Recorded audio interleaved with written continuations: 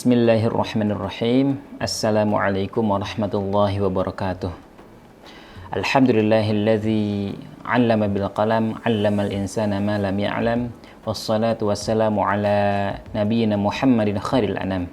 Bismillahirrahmanirrahim. Ya Rabb, irhamna bil Qur'an wa 'allimna al-Qur'an wa as'idana bihi. Amin ya rabbal alamin. Sahabat Asy-Syifa dirahmati Allah Subhanahu wa taala, kembali lagi kita bertemu dalam program belajar membaca Al-Quran bersama Asy-Syifa TV, tempat kita belajar Al-Quran untuk pengucapan yang lebih fasih, insya Allah. Pada kesempatan hari ini kita akan mempelajari bagaimana mengucapkan huruf Qaf.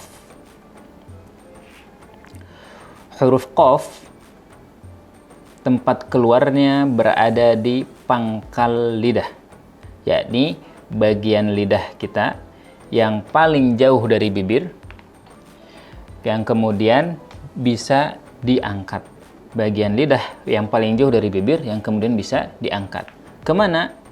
Diangkat atau mendekati kepada langit-langit mulut yang bagian lunak, yakni dekat dengan anak lidah atau lak-lakan. Aqsal lisani fauqu. Lalu bagaimana kita memastikannya? Kita bisa uji, kita bisa coba dengan menaikkan pangkal lidah kita. Itu adalah makhraj huruf Qaf. Kemudian huruf Qaf memiliki beberapa sifat. Yang pertama, huruf Qaf memiliki sifat al-jahr, yakni tertahannya nafas. Yang kedua, asyiddah, yakni tertahannya suara. Lalu kemudian al-isti'la, yakni naiknya pangkal lidah. Lalu kemudian al-infitah, turunnya sebagian besar daripada lidah kita. Kemudian al-ismat dan al-qalqalah. Al-ismat maknanya agak sulit, ya.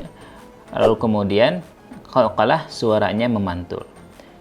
Dari sifat-sifat tadi, maka bisa kita simpulkan kurang lebih ketika kita mengucapkan huruf Qaf, pastikan pangkal lidah kita naik mendekati langit-langit mulut yang lunak, yakni bagian yang dekat dengan anak lidah.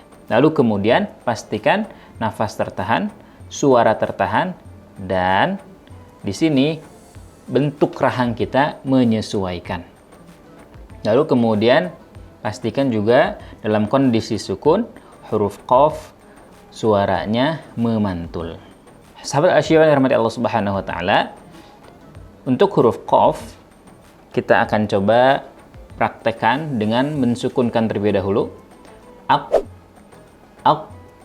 Nah, pangkal lidah kita naik. Ik. Lalu kemudian uk.